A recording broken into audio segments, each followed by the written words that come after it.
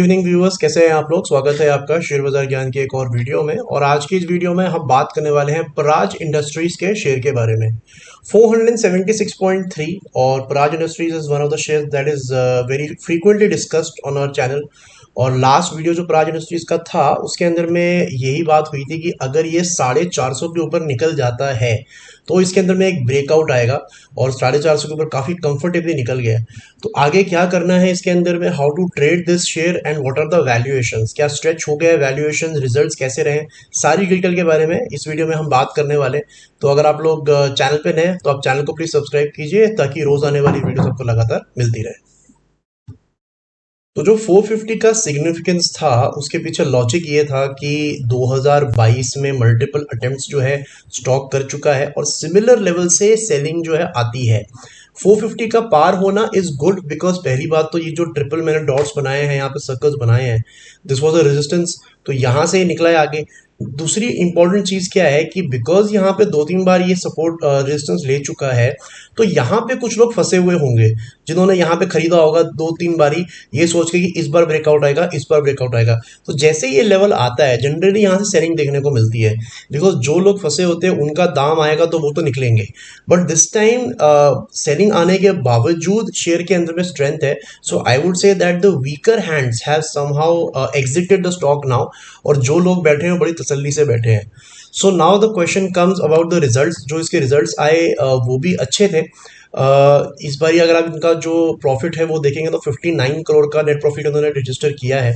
जिन लोगों को पराज इंडस्ट्रीज के बारे में पता नहीं है, it is basically a monopoly stock. इनका बहुत बड़ा मार्केट शेयर है इन एथेनॉल प्रोडक्शन। तो इन ये जो पूरी कंपनी है ये लीड करती है एथेनॉल के अंदर में। And June quarter generally for Praj industries is the weaker quarter of the year. जैसे 4 हमारे फाइनेंशियल क्वार्टर के अंदर ईयर के अंदर में 4 क्वार्टर होते हैं, तो हिस्टोरिकली अगर आप देखोगे ना तो June is always the weaker in terms of sales. June 2020 आप देखोगे तो 130 करोड़ का सेल था, बाकी 3 क्वार्टर में अच्छा था। जून 2021 में देखोगे तो 400 करोड़ के नीचे का सेल था, बाकी 3 क्वार्टर अच्छे थे।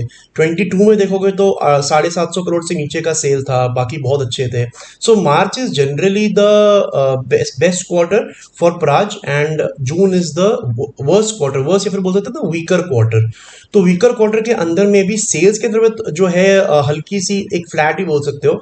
737 करोड़ का सेल किया है, 732 करोड़ के सेल के सामने।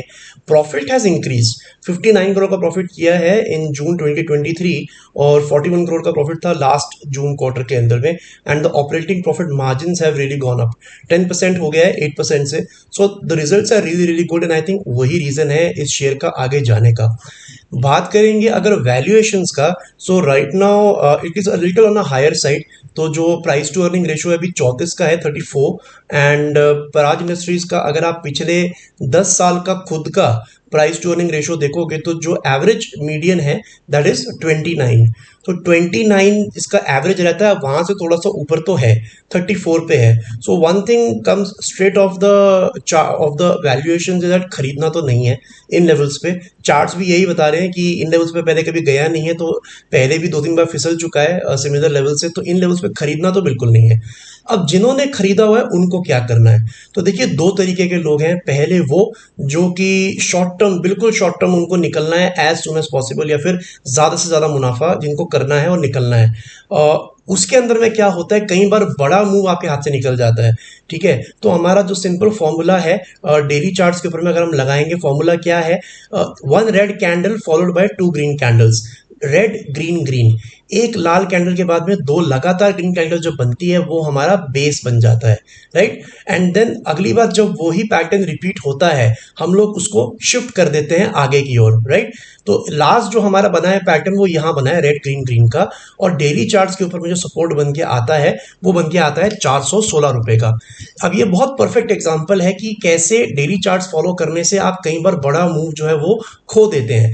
जैसे आप यहाँ देखिए कि रेड ग्रीन ग्रीन ग्रीन का हमें जुलाई के स्टार्टिंग में मिला जो लेवल, उसके बाद में शिफ्ट हो गया ऊपर की तरफ। अब जैसे ही इसके नीचे क्लोजिंग होती, ये जो सेकंड बेस हमारा बना है, हमारे को इसमें से निकल जाना था और वही हुआ। You can see that the closing has come below this level, that is the last low, और यहाँ पे आप एग्जिट कर जाते।